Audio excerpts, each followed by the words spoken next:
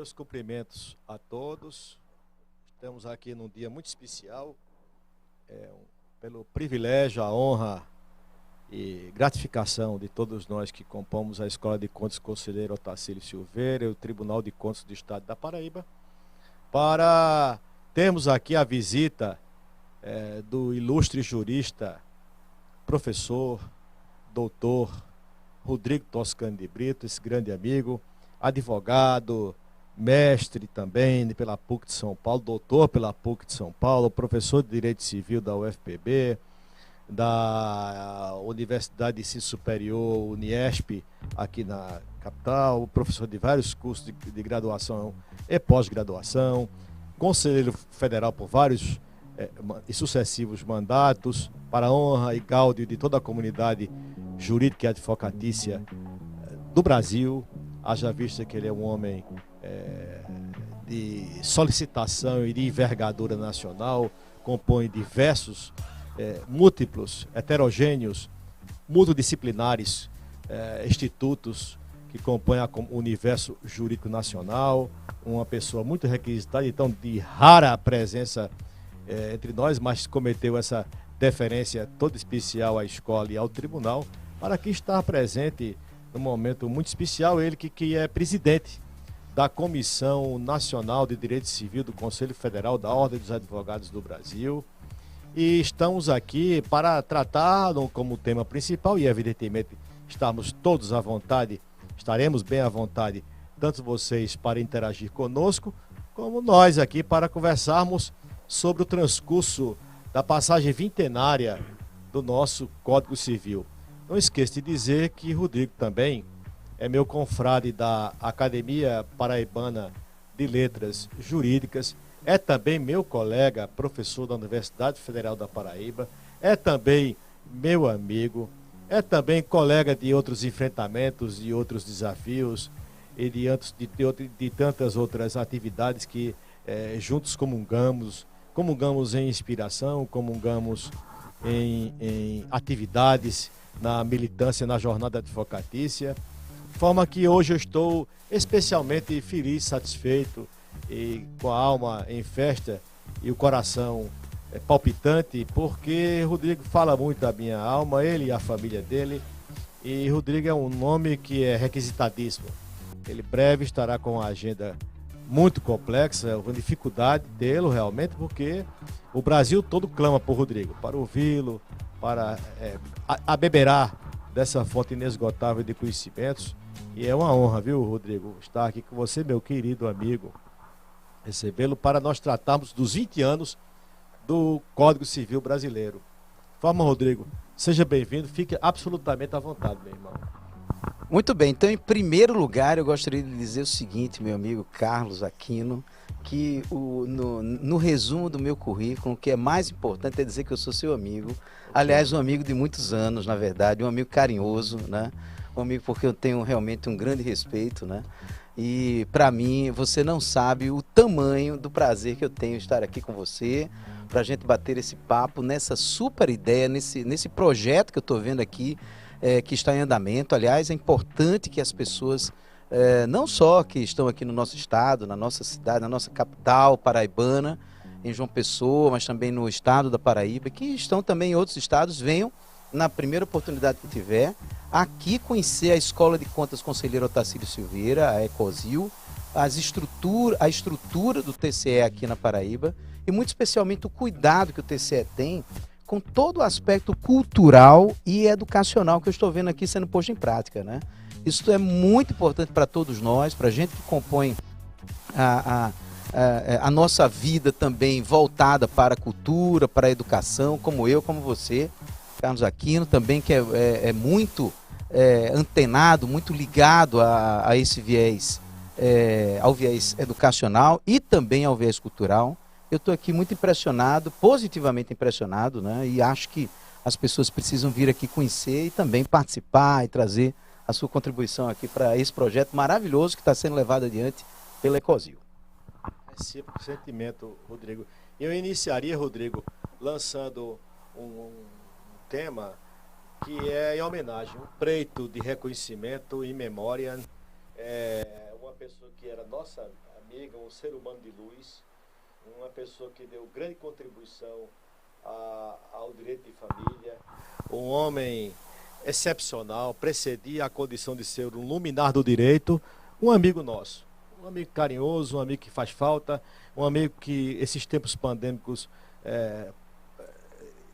o levaram para outro patamar, outro nível, que lá nos encontraremos, mas que deixou um legado de muito conhecimento, mas um legado humano, um legado de luz, um legado de afabilidade, de comunhão e de amizade, que é Zeno Veloso. Eu gostaria que, se você pudesse... Sem dúvida. Eu digo sempre o seguinte, que Zeno era um paraense que transcendia todas as fronteiras do estado do Pará, que, aliás, é um estado enorme, né? Já seria grande por sua natureza, mas Zeno, ele era brasileiro, Zeno, ele era internacional, né? Você teve a oportunidade, Carlos Aquino, de conhecer também o professor Zeno Veloso. Eu diria que a gente falar dos 20 anos do Código Civil sem falar do professor Zeno Veloso seria um grave erro, tanto de minha parte como de sua parte também, porque você sabe muito bem da influência que o professor Zeno Veloso teve na construção do Código Civil brasileiro, não só na sua construção legislativa, lá atrás, enquanto tramitava o projeto, né, do Código Civil, principalmente na parte final da tramitação do Código Civil, já ali por volta do ano de 2001, 2001, quando o professor Mário Delgado, através dos pedidos que foram feitos pelo nosso deputado Ricardo Fiuza, pediu para que fosse reativada a comissão, né, que trabalhou no projeto do Código Civil, e Zeno Veloso foi fundamental ali, notadamente na parte do direito das sucessões, né? Zeno foi um dos maiores sucessionistas do Brasil, né? Ele tinha uma característica muito impressionante, que era a simplicidade dele, você sabe muito bem disso, né? Zeno, ele tinha simplicidade no ser e no ensinar, e no escrever, né? Zeno contribuiu muito para o jornal O Liberal, da cidade de Belém, né? Portanto, um jornal importante do estado do Pará. Escrevia semanalmente uma coluna, né? E muitas vezes fez menções a nós, todos aqui da Paraíba, né? Nós fomos bem citados nas colunas. Gostava muito aqui da Paraíba, de todos nós. Sem dúvida, veio aqui várias vezes. Né? Zeno era uma alegria ambulante, não? Dizendo, passava, todos gostavam, todos viviam ali em torno dele. E é impossível a gente falar dos 20 anos do Código Civil sem falar do professor Zeno. Aliás, o Código Civil inteiro vai dever, durante a vida do Código Civil de 2002, muito a Zeno Veloso. É importante dizer que o Código Civil, ele tem uma grande moldura, inclusive uma das características que o professor Miguel Reale queria para o Código Civil era que trouxesse uma grande moldura, sem normas muito firmes, né? A gente tem várias normas abertas, várias responsáveis pelo preenchimento, pela pintura que foi feita desse grande tela que é o Código Civil brasileiro, né? Quem pintava o Código Civil brasileiro, quem desenhava o Código Civil brasileiro na concretude dele, na vida das pessoas, com certeza Zeno Veloso tem uma participação muito forte nesse sentido, principalmente no direito das sucessões, né? Eu vou contar uma passagem que me aconteceu com o Zeno, que é uma passagem muito interessante, assim, como, aliás, todas as passagens com o Zeno são interessantíssimas, né? E muitas delas engraçadíssimas também, né? Zeno era uma grande espirituoso, espirituoso, leve.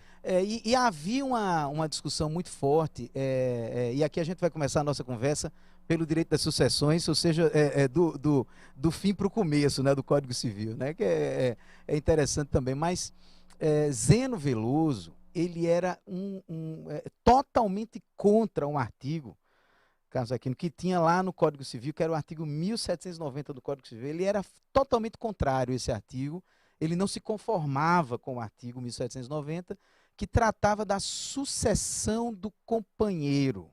Ele não via sentido em haver uma diferença entre a sucessão do companheiro e a sucessão do cônjuge, né? Ele sempre achou que isso devesse ser tudo igual. Portanto, não havia sentido em ter uma sucessão para o companheiro, uma sucessão para o cônjuge, como se a união estável fosse uma relação de segunda linha, de segunda categoria, né? Ele sempre foi muito incomodado com isso. E chegou, então, o artigo 1790, lógico, quando o Código Civil entrou em vigor ali em 2003.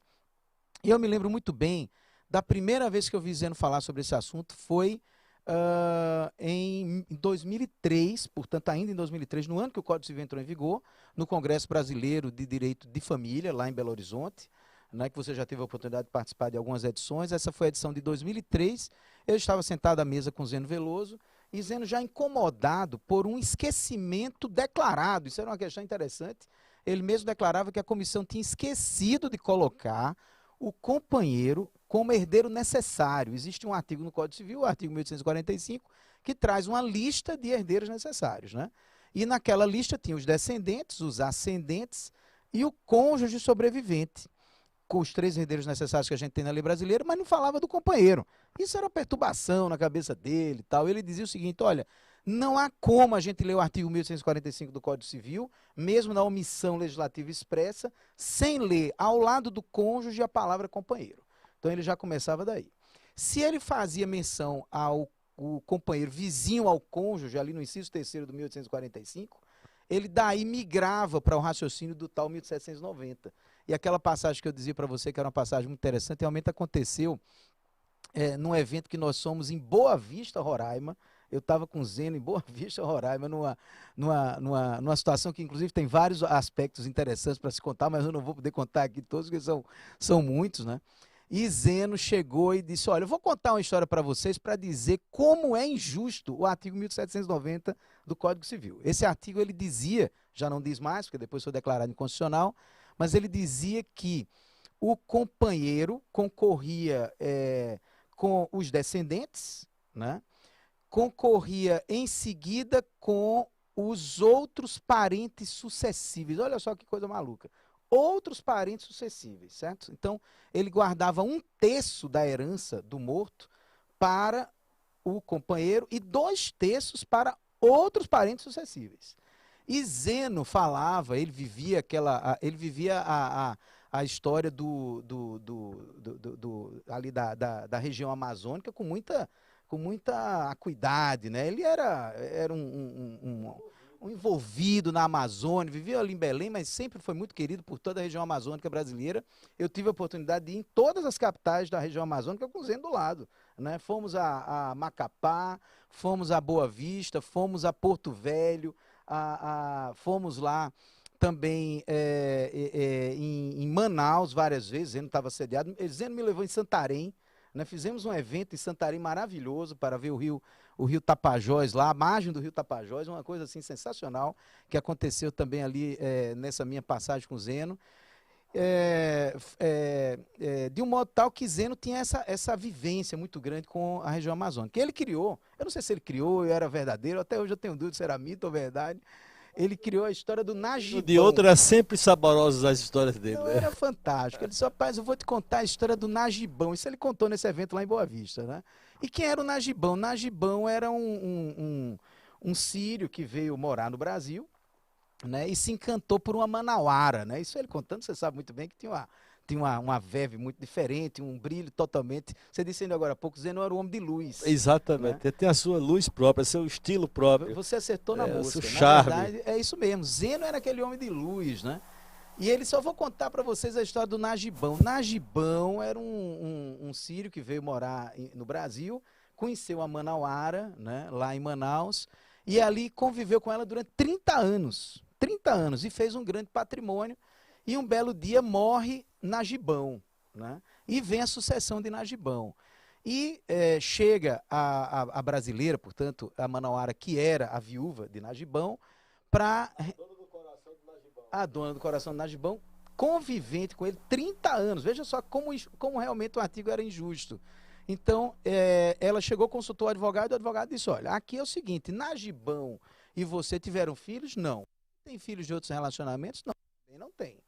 Tem pais vivos? Não. Nem tem pai, nem tem mãe vivos. Então, não tem descendente, não tem ascendente, e ele não tem cônjuge, porque viveu com você 30 anos. Você é a companheira sobrevivente, e a lei está dizendo aqui que você tem 1/3 da herança garantido para você, né? Isso era o que dizia o artigo 1790, inciso 3º. E os outros 2/3? Os outros 2/3 eram destinados, como a lei antigamente, aos outros parentes sucessíveis.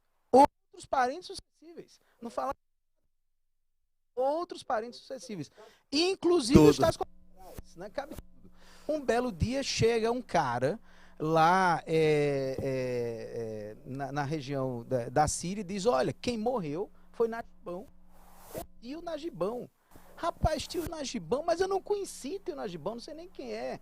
Ele saiu daqui há 30 anos, foi morar no Brasil, não tenho a menor ideia de quem seja Nagibão, né? E aí o que é que aconteceu?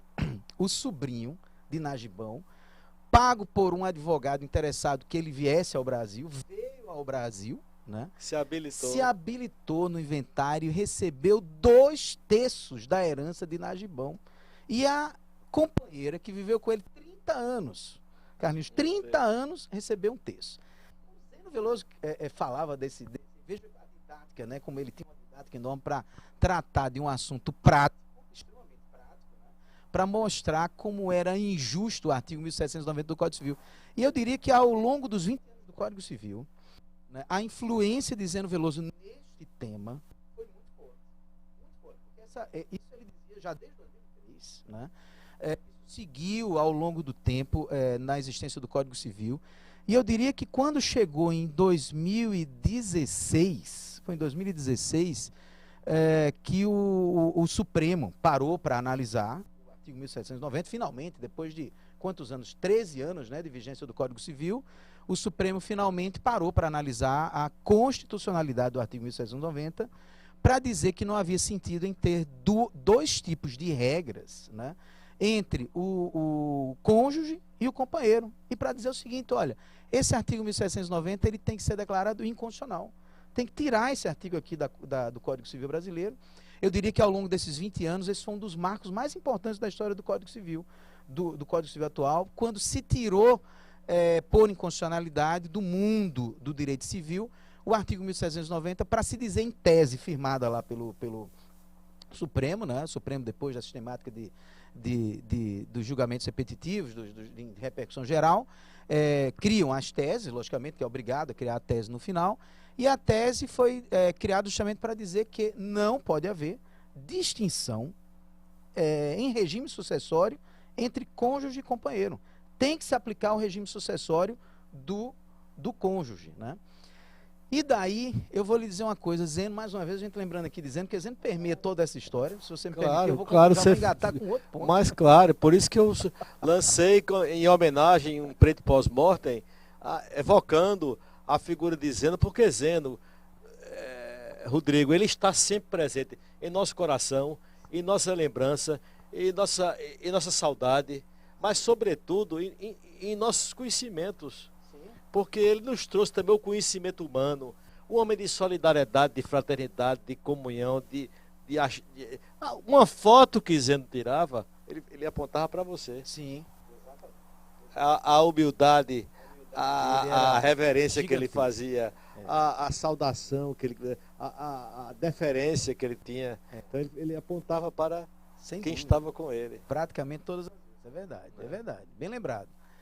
Você falou sobre um assunto agora que me chamou muita atenção, que era o fato dele irradiar conhecimento com simplicidade, né? Sim. E sem formalidade alguma. Eu digo sempre o seguinte, eu dizia isso Por assim, mais alta densidade jurídica que fosse o tema que ele abordasse, ele conseguia transmitir com uma serenidade, com uma fluência, com uma facilidade e com uma tranquilidade.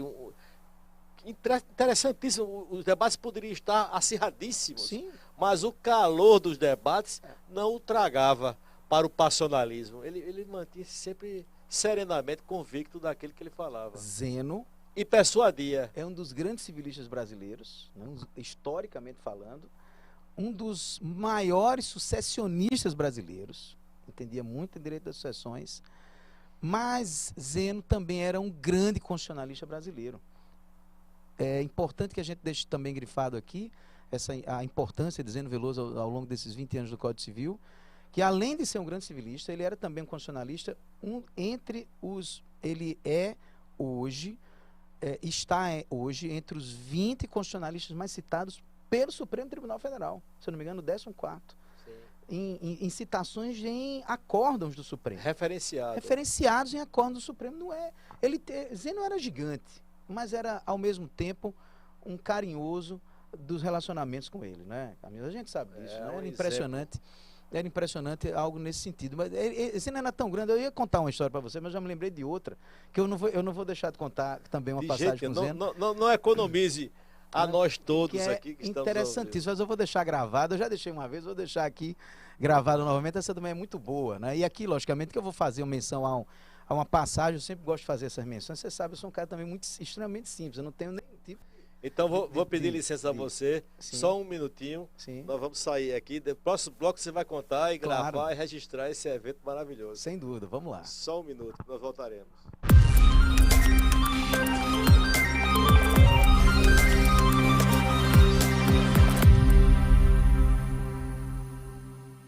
O Tribunal de Contas da Paraíba acredita na educação, na valorização do ensino e da aprendizagem. Por isso, promove frequentemente cursos de aperfeiçoamento e de pós-graduação para servidores públicos estaduais e municipais, por meio da Ecosil, a Escola de Contas Otacílio Silveira. O público, em geral, também é contemplado com palestras, seminários, aulas presenciais e à distância, sempre com foco no controle social de receitas e despesas públicas. Entre os cursos e treinamentos oferecidos pela Ecosil com direito a certificado estão o combate à corrupção, tecnologia da gestão e informação, governança, transparência, gastos públicos e políticas sociais em cenário de crise. Todo o material fica disponível no site tce.pb.gov.br. É só acessar o conteúdo e baixar. Também no site a relação dos eventos e cursos realizados pela Escola de Contas todos os meses. Educação você também encontra no TCE da Paraíba.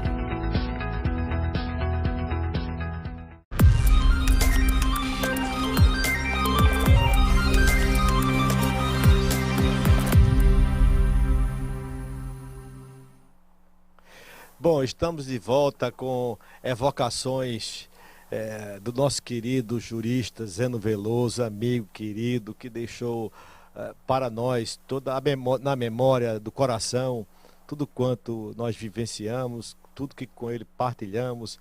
E Rodrigo é esse repositório inesgotável de experiências, porque rodou o mundo com ele e também o Brasil, sobretudo a sua amada região amazônica. E tratando aqui, ele deixa perpetuado nos anais da nossa escola e ali perpétua rei memória para sempre na memória de todos vocês, o grande Zeno Veloso, através de Rodrigo Toscano de Brito, que é o nosso querido amigo que aqui encontra-se para prestígio nosso.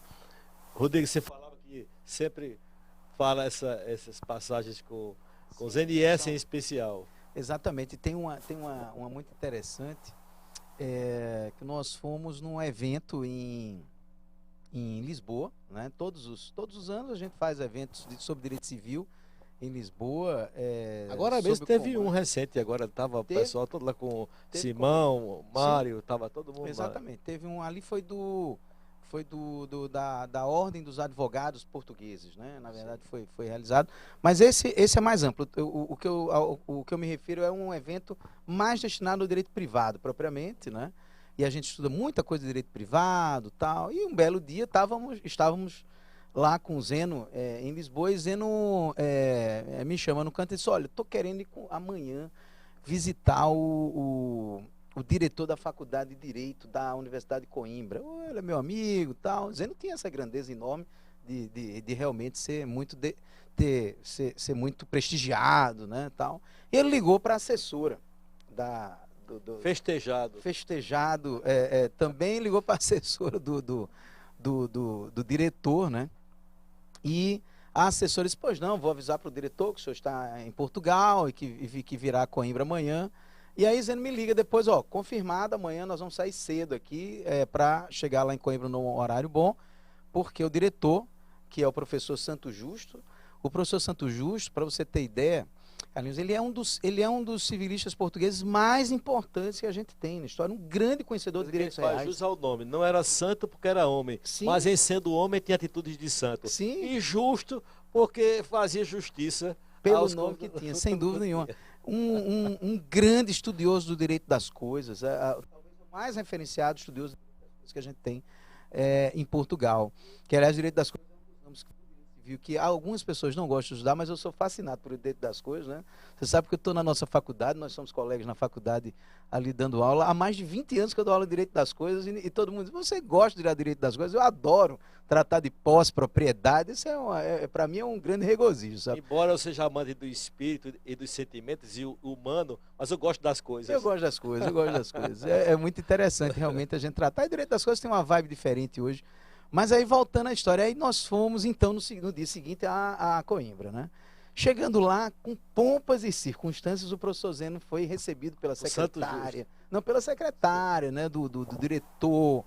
Nós estávamos com mais uns 5 colegas. Estava muito bem recomendado. Não, estávamos com 5 colegas professores brasileiros de diversos lugares do Brasil, São Paulo, Rio de Janeiro. Tinha também um professor de Porto Alegre, eu aqui da Paraíba, tal. E realmente era uma festa brasileira chegando ali. Firulas, floreios e rapapés. Pois é, lá na nossa queridíssima Universidade de Coimbra, que acolhe também os brasileiros. É bom sempre dizer, os nossos alunos, boa parte dos nossos alunos aqui da Federal da Paraíba, tem acesso franqueadíssimo na Universidade de Coimbra, isso é um ponto que é importante se dizer, justamente pela qualidade da nossa faculdade, né?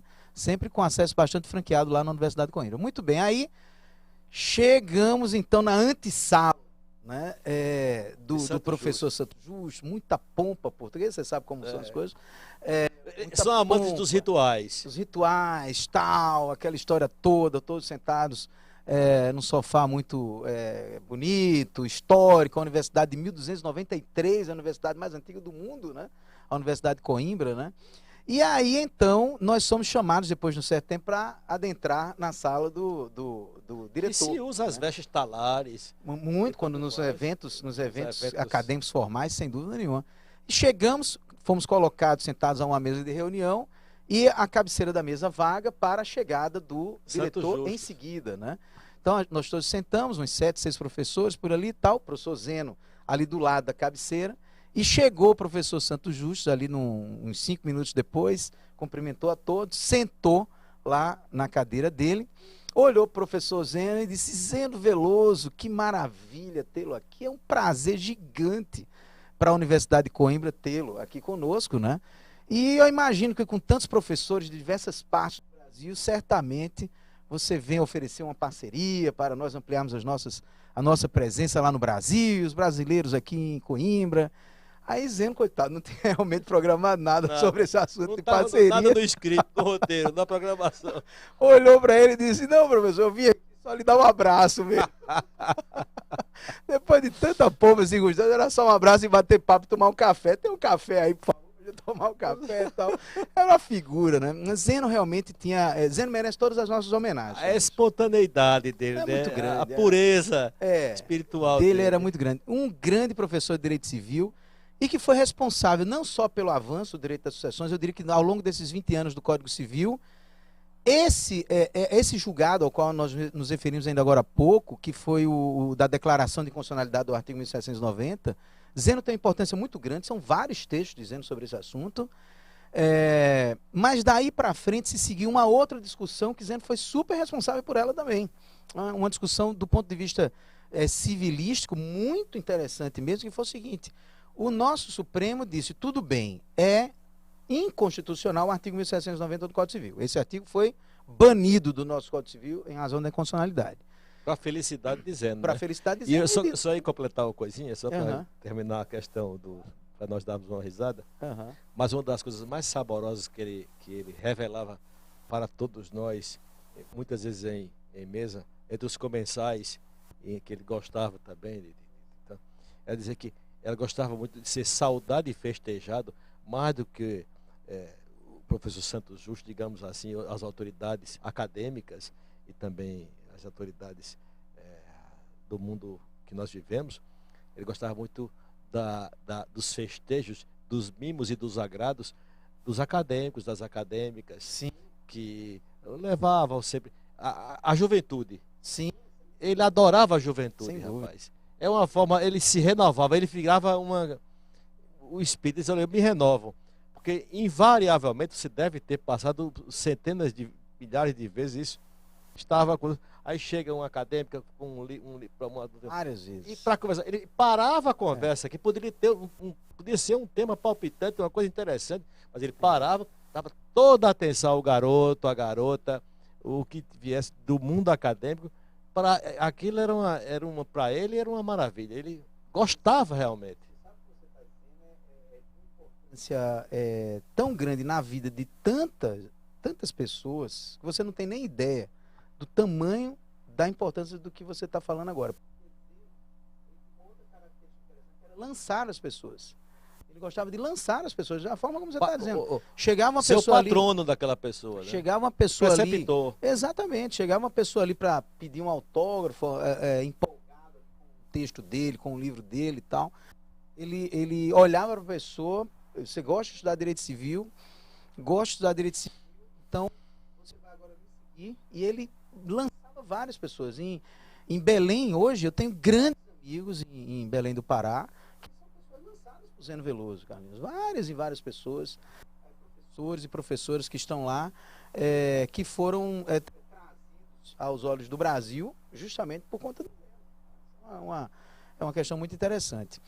Mas eu acabei não lhe dizendo também, tanta coisa boa pra gente bater papo, mas tem uma dessas, você tocou de novo no assunto, eu me lembrei, que foi a história de transmitir conhecimento com simplicidade, né? E Zeno tinha essa característica, eu disse a ele várias vezes, Zeno, olha, eu vou lhe ser bem sincero, eu aprendi muito direito das sucessões, e eu digo isso por onde passo, eu aprendi muito direito das sucessões sentados no restaurante. A gente saía das aulas, a gente deu muita aula junto também, e eu saía dali, ia conversar com o Zeno, tomar vinho, que é uma coisa que é a principal atividade junto com você também. A gente não pode deixar de tomar vinho. Aliás, o vinho. Olha as palavras. O vinho é sempre muito importante a gente reverenciar, porque é a partir do que a gente tem uma série de outras ideias boas. Aliás, falando em vinho, não posso esquecer, o professor Marcílio Toscano tem. Está na Itália agora. Está na Itália e tem um podcast.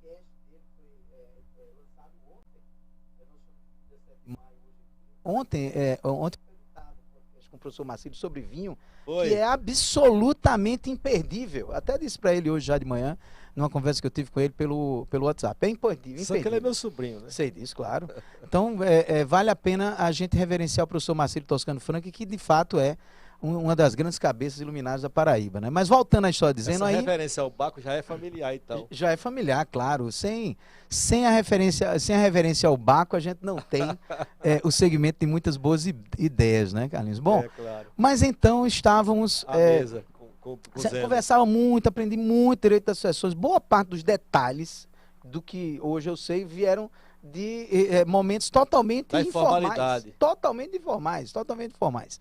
Mas Zeno, depois que chegou, e voltando à questão do avanço do Código Civil na questão relacionada ao direito das sucessões especificamente, quando foi retirado o artigo 1790, o Supremo criou a tese, né, de repercussão geral, dizendo que não pode haver distinção entre regime sucessório do cônjuge e do companheiro, né, Zeno lançou outra discussão interessantíssima que aguçou a doutrina brasileira. A doutrina brasileira discutiu isso durante muitos anos. Aliás, hoje a gente ainda anda meio instável com essa discussão, que foi a seguinte. Ele movimentava, né? Muito. Ele levantou a seguinte... A indagação era a seguinte.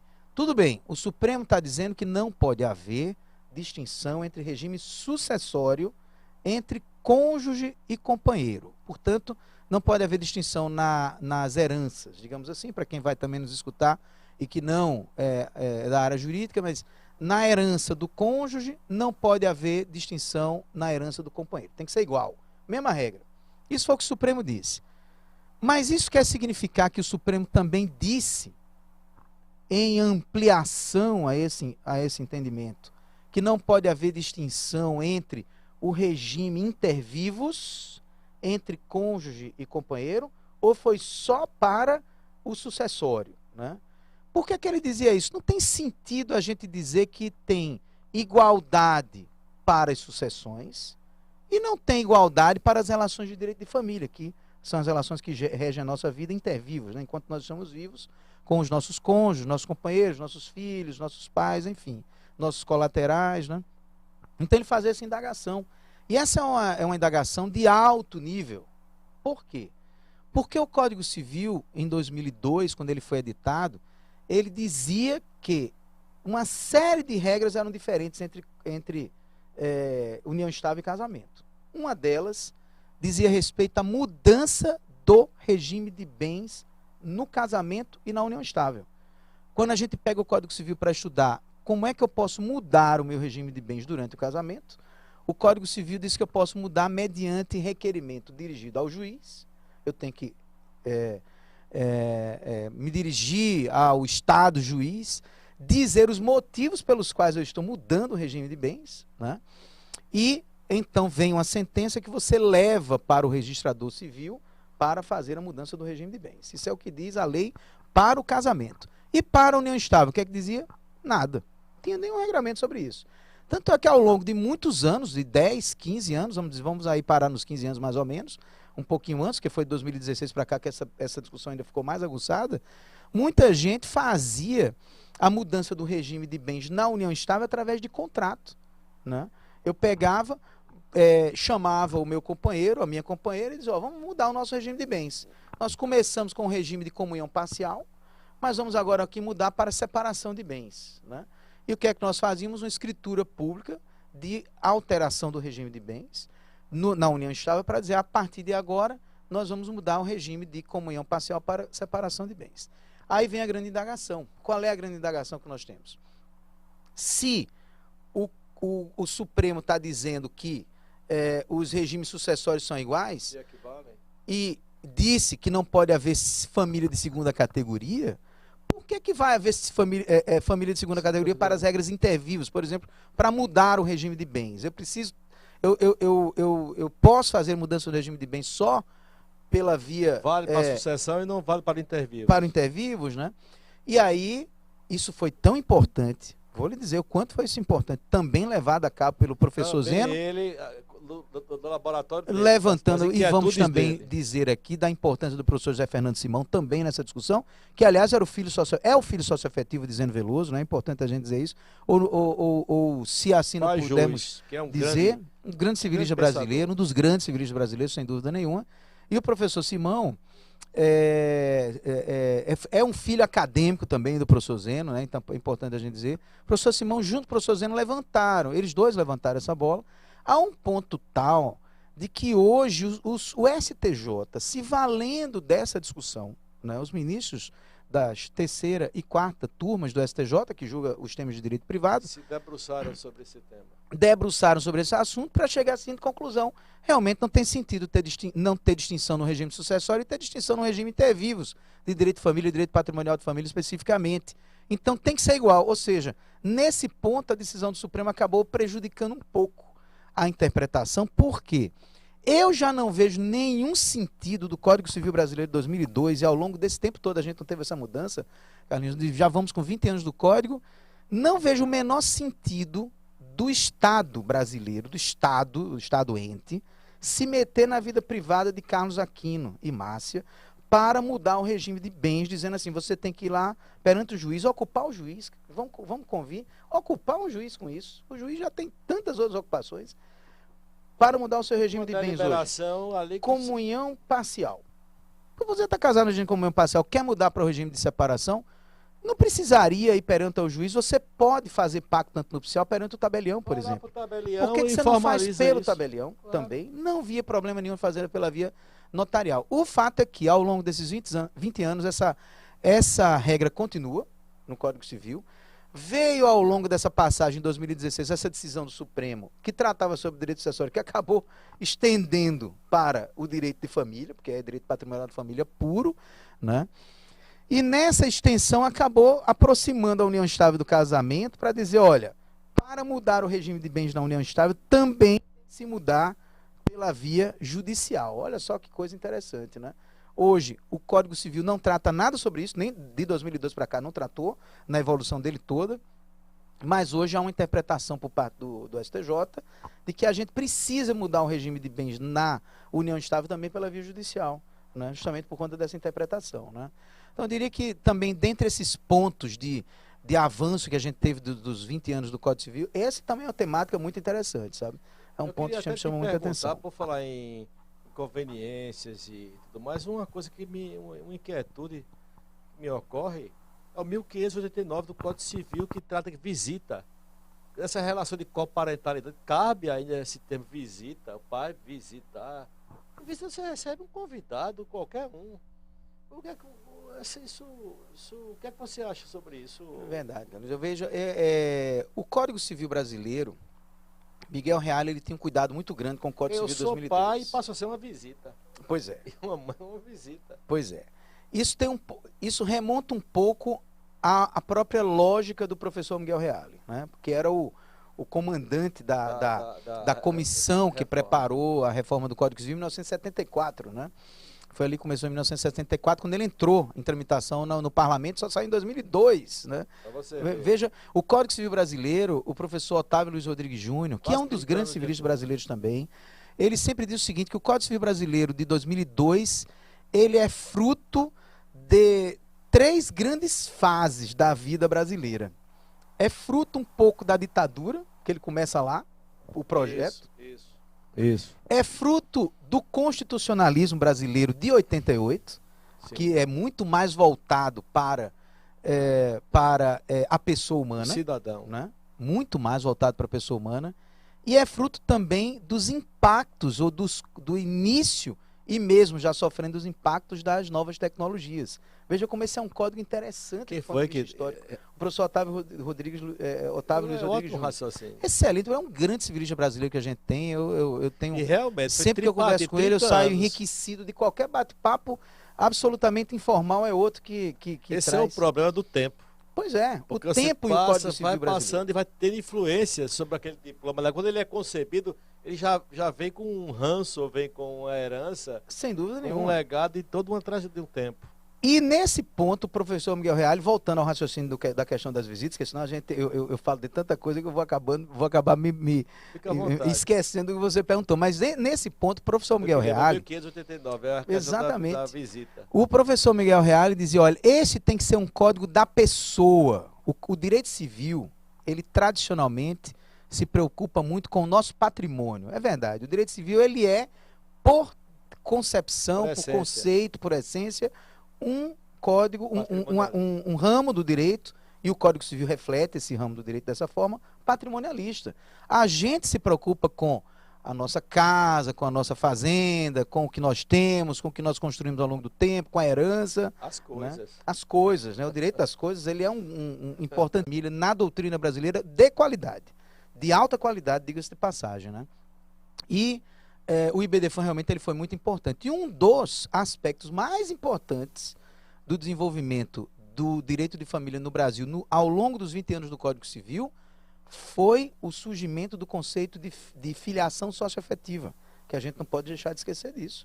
O Código Civil de 2002 não tratava da filiação socioafetiva, né, na sua gênese, ninguém pensava nisso, embora os filhos socioafetivos fossem sempre e desde sempre, como dizia, e aqui também com as nossas homenagens, pelo civilista de Olha, o desembargador Antônio Elígio de Queiroga, que eu não posso esquecer disso. Eu vou até fazer uma interrupção, porque é uma coisa que trata da minha vida pessoal, particular. Eu, por exemplo, eu sou um filho socioafetivo, porque meus tios me criaram. O irmão da minha mãe socioafetiva. E sai aí a jurisprudência, para constar no registro civil os nomes dos pais socioafetivos e os pais biológicos. Perfeitamente. Então isso é uma homenagem, mais do que isso, é um reconhecimento. Sem dúvida nenhuma. E isso é evolução. Evolução do direito de família, do direito civil familiarista brasileiro. Muito se deve agradecer ao IBDFAN por conta disso. Exatamente.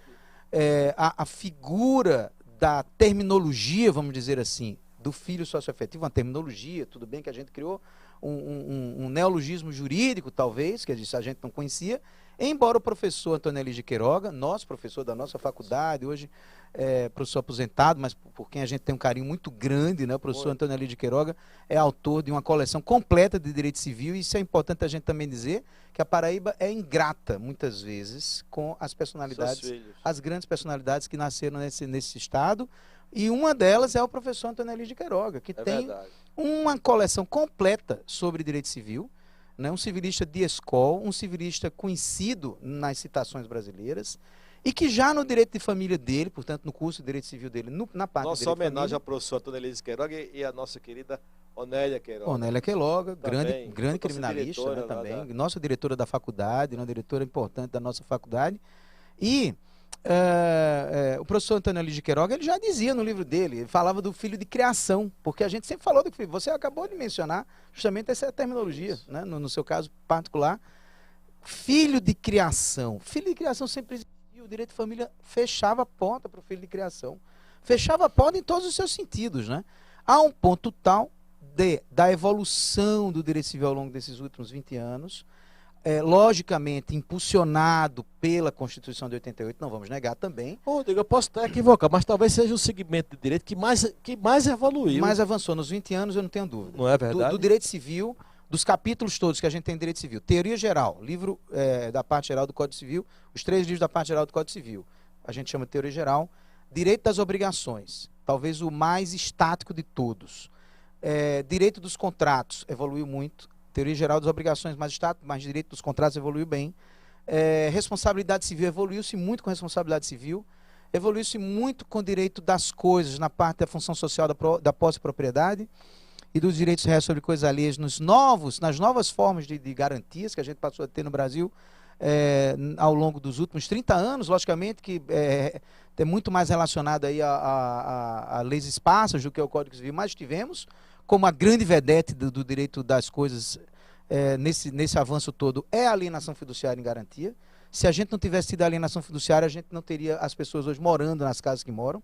Isso também é importante dizer, que o brasileiro se utiliza muito da alienação fiduciária para aquisição da propriedade imobiliária e da propriedade imobiliária automotiva, né? Porque o setor automobilístico se valeu muito da alienação fiduciária, aí sim, no aspecto mais antigo, desde a década de 60, que a gente tem alienação fiduciária imobiliária, mobiliária no Brasil. A imobiliária só veio na década de 90, né? Mas a dos veículos veio lá na década de 60. E na parte no capítulo, como você estava dizendo, capítulo de família, esse foi o que mais evoluiu, né? E das sucessões também houve uma evolução muito grande. O fato do cônjuge ser concorrente dos descendentes na sucessão hoje, isso se deveu ao Código Civil de 2002, né? Só veio em 2002. Antes, no Código Civil de 16, nós não tínhamos, né? O código menção a isso. Aliás, o Código Civil de 16 ele tem um dedo importante de Epitácio Pessoa, né? Que Epitácio Pessoa, ministro da Justiça, em 1899, eu tive o prazer eu não vou dizer que eu peguei, porque eu fui recomendado no momento que eu estava praticando este ato de regozijo de minha parte, eu fui proibido de pegar, mas eu tive no Tribunal de Justiça do Ceará, em Fortaleza. Aliás, isso é altamente recomendável que se faça. Eu, você como tem que fazer isso sobrinho comigo. Bisneto, não tive esse privilégio. Você tem que fazer isso comigo um dia. A gente vai em Fortaleza fazer isso. Em agosto, nós vamos a Fortaleza no Congresso Brasileiro de Direito Civil, que vai ter em Fortaleza, e nós vamos juntos, no começo de agosto. E lá no Tribunal de Justiça do Estado do Ceará, nós temos o Museu Clóvis Bevilacqua, né? E no Museu Clóvis Bevilacqua tem a carta que foi enviada por Epitácio Pessoa, como ministro convidando da Clóvis Justiça, Bevilacqua para o Código Civil. Convidando o Clóvis Bevilacqua para redigir o anteprojeto do Código Civil. Você sabe que foi arrebatado quem redigiu, efetivamente, se você o sabe, Clóvis Bevilacqua.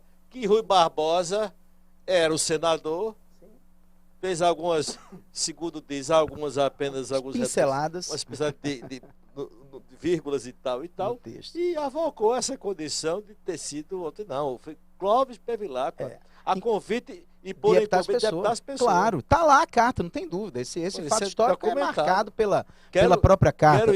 Nós vamos junto lá. E mais, lá, ao lado da carta, está os originais do Código Civil de 16, de Clóvis Bevilacqua, escrito por ele, anotado por ele, tá lá, tá tudo bem registrado do ponto de vista histórico. Mas voltando à história do Código Civil de 16, ele não tinha, logicamente, Clóvis Bevilacqua produziu ou reproduziu, digamos assim, os códigos civis, eles reproduzem uma fotografia da sociedade da época quando eles são elaborados, né? Isso é típico de um código, né? Se diz muito que os códigos eles são criticados, porque os códigos civis principalmente, porque eles tiram uma fotografia da época que nós estamos vivendo, né? É lógico que a fotografia de 1899, quando isso aconteceu, né, começou a acontecer, veja, esse código também demorou uma grande tramitação, né? Começou em 1899. Corrobora com o que você acabava de falar há um tempo atrás.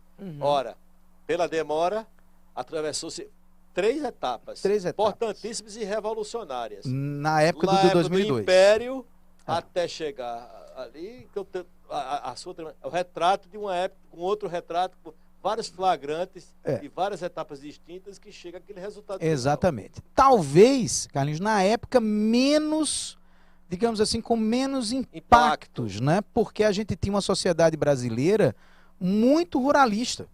Muito ruralista. O Código Civil de 16, ele retrata muito a vida do interior do Brasil, porque a gente não tinha grandes cidades no Brasil. Pra você ter ideia, outro dia eu estava estudando isso, em 1900, portanto um ano depois da carta de Epitácio para Bevilacqua, em 1900, São Paulo, que hoje é uma das maiores metrópoles do mundo, portanto talvez a quinta ou a sexta maior metrópole do mundo, com uma potência de industrialização gigantesca, como a gente sabe muito bem, quem conhece São Paulo sabe muito bem disso, não precisa também conhecer São Paulo para dizer que ela é locomotiva do Brasil. A cidade mesmo de São Paulo e o entorno dela, né, com mais de 17 milhões de habitantes ali naquele entorno todo. 17 milhões de habitantes, de 1900 para cá nós temos 122 anos, é muito pouco. Do ponto de vista histórico, isso é quase nada, né? E aquilo não era nada à época, era mato. Vila de São Vicente. Vila de São Vicente? Num espaço curto, que isso sente poucas vezes na cápsula, nada. O Código Civil brasileiro nasce, de 16 no caso, nasce nessa circunstância. Então, logicamente, que ele não ia pensar em filiação socioafetiva, guarda compartilhada, direito de convivência. Não, o Código Civil de 16 ele tinha a foto da época. O Código Civil de 2002, ainda sem ou ainda sofrendo o impacto da década de 60, 70, ainda não evoluiu, ainda dá desses reflexos do passado ali.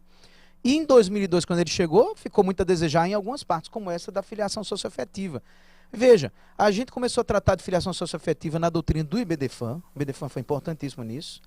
E eu tenho até normalmente, eu não digo isso porque você sabe da minha, não tenho vaidade com essas coisas nenhuma, mas eu tive a oportunidade de levar um caso que começou em Campina Grande, mais uma vez a nossa Campina Grande fazendo às vezes... Centro Cósmico do Universo, fazendo às vezes... O caso foi julgado na segunda vara de família de Campina Grande. Eu advoguei nesse caso. Ele foi para o Tribunal de Justiça da Paraíba, debatendo a existência de uma filha socioafetiva. Veja que coisa interessante. Debatendo a existência de uma filha socioafetiva. Chegou no tribunal, Tribunal de Justiça, na época, veja, e não faz muito tempo, isso foi em 2010, quando passou pelo TJPB, o tribunal disse, não existe conceito de filho socioafetivo. Tribunal da Justiça da Paraíba em 2010. 8 anos depois do Código Civil. 12 anos atrás. Pois é, e há alguns anos já depois da Constituição. Sim. Não existe a figura do filho socioafetivo, isso não está dito no Código Civil, realmente não está, né? Não está. E eu insistindo na figura, dizendo que existia. Foi para o STJ, o STJ disse que não existia. Essa nomenclatura socioafetiva que você disse. Não existia. Existia filho de criação e tal. O STJ, em 2012, 2 anos depois, julgou esse caso. Tribunal, então, disse que não existia. Vai para o STJ. Julgou o caso, dizendo também que não existia hipótese, principalmente uma hipótese muito determinada que tinha lá. E eu, de última hora, apresentei um recurso para o Supremo. Veja, numa linha muito estreita, até isso acabou prejudicando um pouco, porque não cabia na época, em razão de questões processuais, um recurso extraordinário da base. Eu acabei apresentando recurso extraordinário da decisão do STJ, que na verdade é anômala, na verdade é um recurso bastante atípico, digamos assim. Mesmo assim chegou na mão do ministro Luiz Fux, esse caso, e o ministro Luiz Fux afetou como caso de repercussão geral. Esse caso começou em Campina Grande. E esse caso de repercussão geral, depois ele foi trocado por um caso como repercussão geral, porque o ministro... O primeiro ganho seu foi logo assim, tomar conhecimento. Pois é. Dada a tipicidade do o ministro Luiz Fux chamou a atenção deles. Olha, eu acho que o tema, ele teve sensibilidade para... Você tocou no ponto-chave. A sensibilidade de que àquela altura, 2014, Maravilha, Rodrigo. 2015, pois é, havia essa possibilidade de tratar da família socioafetiva, né? Dos filhos socioafetivos. Mas sabe o que ele acabou fazendo? Muito mais. Ele acabou fazendo muito mais. Veja o que ele fez. Ele afetou o recurso extraordinário, trouxe como tema de repercussão geral, foi julgar o tema em plenário. Eu estive no plenário do Supremo nesse dia. Ele trocou, na verdade, esse caso por um caso de Santa Catarina, que envolvia alimentos. Ele achou mais conveniente, mas sob o influxo do caso de Campina Grande e julgando a temática que foi trazida pelo caso de Campina Grande, julgando a temática, ele, na verdade, sugeriu uma tese de repercussão geral para dizer que é possível a multiparentalidade. Veja bem, a gente estava querendo apenas que houvesse uma declaração judicial de que havia socioafetividade. E o Supremo deu um passo além. O Supremo deu um passo além, dizendo, peraí, não é só uma questão de socioafetividade, é que quando você tem socioafetividade, você tem alguém que foi criado por outrem, e você tem um pai biológico, ou uma mãe biológica. Então, a questão, ela transcende só a socioafetividade. Ela diz mais. Porque o que você tem aqui não é excludente da outra. Não é excludente. Isso. E foi justamente isso que diz a tese de repercussão geral. É possível concomitantemente, essa é a expressão que é usada na tese de repercussão geral, isso em 2015, o Supremo fez isso. É possível que haja concomitantemente a família socioafetiva e a família biológica, inclusive com todas as suas repercussões. Silêncio. Quais repercussões? Ele não diz lá quais repercussões. Todas as repercussões. Quais repercussões? Pessoais e patrimoniais. Como essas repercussões? O registro civil, como você já disse, eu posso registrar o pai socioafetivo, posso registrar o pai biológico. A questão patrimonial sucessória também, embora haja algumas dúvidas ainda sobre esse assunto nas sucessões, mas também questões sucessórias. O filho socioafetivo recebe, o filho biológico recebe do pai socioafetivo, recebe do pai biológico, embora haja discussões em torno desse assunto, mas é o que se encaminha, né? Portanto, isso foi objeto desses 20 anos de evolução do Código Civil. Parabéns, Rodrigo. E eu diria mais que de 2015 para cá, são 7 anos só, né? Eu diria que foi, digamos assim, se a gente estivesse vendo um gráfico, foi a hora que mais o direito de família, portanto, nesse capítulo do direito civil importantíssimo, que é o direito de família, evoluiu entre 2010 e 2020, e 2022, que nós estamos aqui agora. Né? Com pouco mais de 10 anos, ele deu um salto gigantesco. Muito grande, um salto gigantesco. E tem aí tantas e tantas e tantas temáticas. Nossa senhora, a própria guarda compartilhada, né? Questão de gênero. Também a questão de gênero, que foi também resolvida pelo Supremo. Né? Eu diria que hoje a gente poderia falar num tal direito de família jurisprudencial, porque ele não foi legislativo, Gostei. Porque o Código Civil de 2002 não deixou. O Código Civil de 2002 ele sofreu a influência da Constituição de 88, muito voltado para a pessoa. Desenvolveu-se um direito de família a látere ao Código Civil para tratar de temas que antes a gente não ouvia falar. Por exemplo, socioafetividade, multiparentalidade, guarda compartilhada, porque a lei da guarda compartilhada veio na pressão também jurisprudencial. E famílias, as famílias homoafetivas. Alienação parental. E as famílias homoafetivas. E aí aqui merece um reconhecimento animal, especial. Na partilha também, da própria presença do animal nas relações familiares, né, que a gente está vivendo essa fase agora mais intensamente. E aqui merece um elogio e uma, digamos assim, uma homenagem, vamos dizer que mais uma homenagem que propriamente um elogio, embora também seja um elogio, lógico, ao ministro Carlos Aires Brito, que ao tratar do assunto da homoafetividade no Brasil, muito também sobre a influência do IBDFAN, né? Na verdade, ele não escreveu um voto, ele escreveu um texto romântico sobre ele é um poeta, tema, né? um poeta sobre um tema importantíssimo. E evidente, porque a gente não conseguia imaginar por que a gente deixou tanto afastado as relações homoafetivas, né? Porque isso é uma realidade social, evidentemente arraigada na nossa sociedade, que não tem o menor sentido a gente deixar de fora. Não havia o menor Era uma sentido. coisa marginal, uma coisa à parte. Aliás, se convivia, mas se ignorava, principalmente e sobretudo, especificamente no ambiente jurídico. Perfeito, claro. Para tratar disso, da salvaguarda da incolumidade patrimonial, da questão do reconhecimento das relações homoafetivas. Outro grande avanço aí, não há dúvida nenhuma que o direito civil passou por esse momento de grande avanço em 2012 com a homoafetividade, 2015 com a multiparentalidade, 2016 com a retirada do artigo 1790. Você veja que você está sempre falando, que você que é ótima memória, a questão da cronologia. Tudo que você fala de mais agudo, de agudizado no sentido de evolução, de 2010 para cá, quer dizer, um pouco mais, entre 10 e 12 anos. Por quê? Isso é uma percepção inteligentíssima sua. Inteligentíssima. Por quê? O Código Civil chegou em 2002 e nós entrou em vigor em 2003, né? Em 10 de janeiro de 2003, ou 10 ou 11, enfim, há uma discussão enorme do ponto de vista doutrinário sobre se é 10 ou se é 11, mas o fato é que agora a gente já estabilizou mais isso e a grande discussão era, chegou o Código de 2002, cheio de grandes novidades, realmente tinha algumas novidades interessantes, e tinha a Constituição de 88, com 3 personagens importantes, que a gente tem que também tirar o chapéu aqui para esses 3 professores brasileiros, que são os professores Luiz Edson Fachin, hoje ministro do Supremo, o professor Paulo Luiz Neto Lobo, que está hoje radicado em Pernambuco, mora em Recife, o professor Gustavo Tepedino, que são 3 grandes figuras importantíssimas que chegaram e disseram, olha, peraí, nós temos aqui, e a professora Giselda Hironaca também, que eu preciso fazer essa homenagem especial, que a professora Giselda foi muito importante, os 4, que aliás tiveram a cuidade, tiveram o cuidado de desenvolver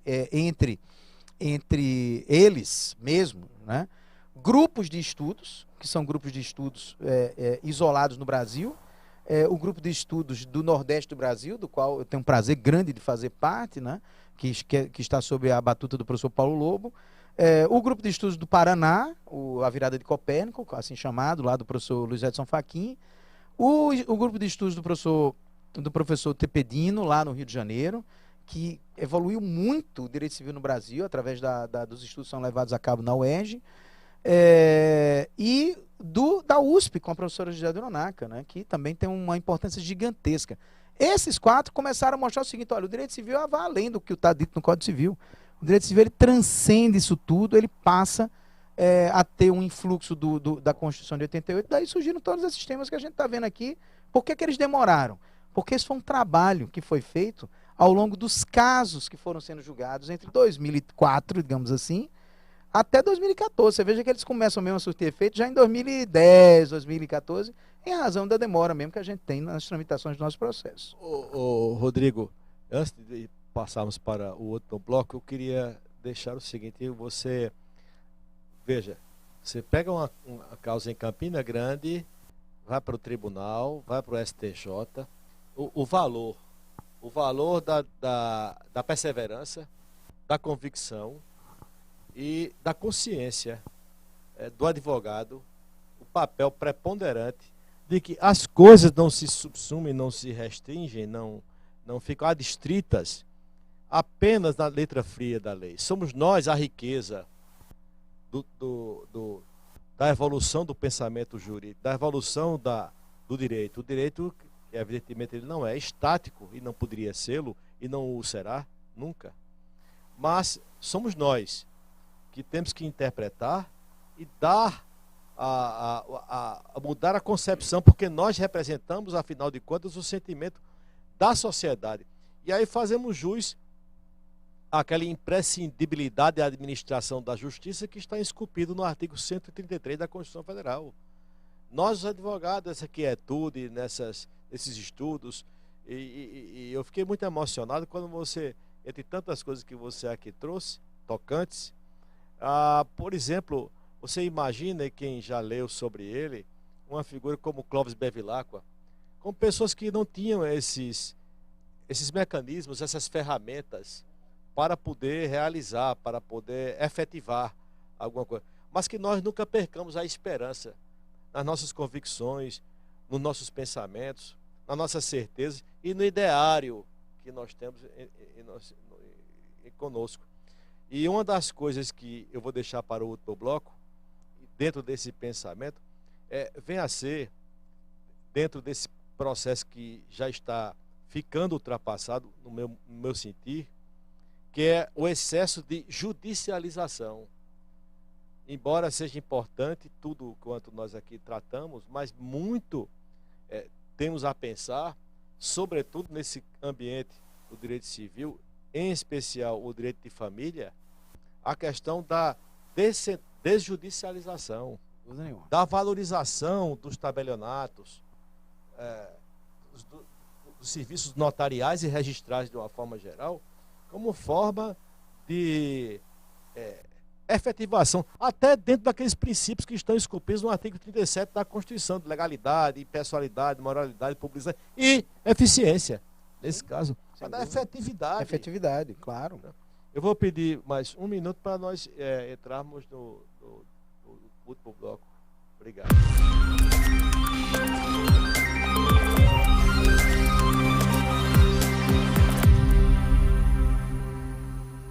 O Tribunal de Contas da Paraíba acredita na educação, na valorização do ensino e da aprendizagem. Por isso, promove frequentemente cursos de aperfeiçoamento de pós-graduação para servidores públicos estaduais e municipais, por meio da Ecosil, a Escola de Contas Otacílio Silveira. O público, em geral, também é contemplado com palestras, seminários, aulas presenciais e à distância, sempre com foco no controle social de receitas e despesas públicas. Entre os cursos e treinamentos oferecidos pela Ecosil com direito a certificado estão o combate à corrupção, tecnologia da gestão e informação, governança, transparência, gastos públicos e políticas sociais em cenário de crise. Todo o material fica disponível no site tce.pb.gov.br. É só acessar o conteúdo e baixar. Também no site a relação dos eventos e cursos realizados pela Escola de Contas todos os meses. Educação você também encontra no TCE da Paraíba. Que tal fazer parte do time de controle do Tribunal de Contas da Paraíba e sem sair da sua cidade? Sua ferramenta de trabalho vai estar na palma da mão, o celular. É só baixar o aplicativo Você, se cadastrar e informar como você gostaria de colaborar. Depois, é só entrar para a equipe. Essa é uma linha direta com o TCE e o acesso é super fácil. O aplicativo mostra sua localização e os serviços públicos mais próximos nas áreas da saúde, segurança e educação. É só clicar em um deles e avaliar com 1 ou até 5 estrelas. É possível parar por aí ou continuar a avaliação, anexando foto, vídeo ou áudio. É você quem decide e pode participar quantas vezes quiser. Ao finalizar cada interação, você vai acumulando pontos e pode até ser homenageado pelo TCE da Paraíba pela sua atuação firme no controle externo. E aí, vamos começar?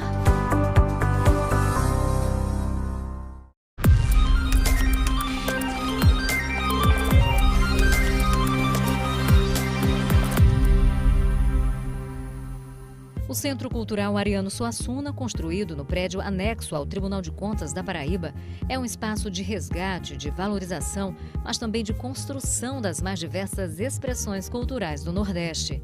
O nome do lugar é uma homenagem a um dos mais ilustres filhos da terra, que tocou um país inteiro e, por que não dizer o mundo, com sua arte armorial e sua poesia de sotaque único.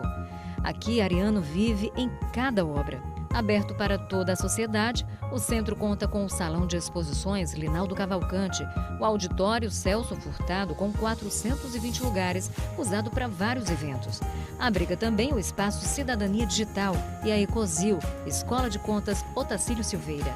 Tem também um edifício garagem com capacidade para 170 veículos. Tudo em um só espaço. Um encontro das contas com as artes e o conhecimento.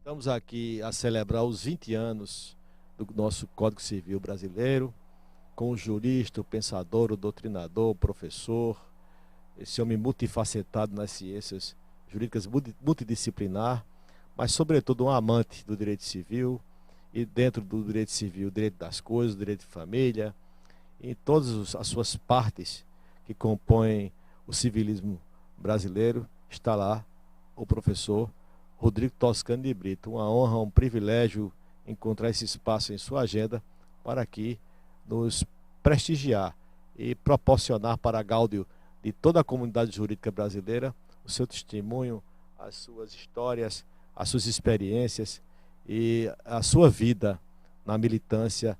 Eu quero viver em namoro.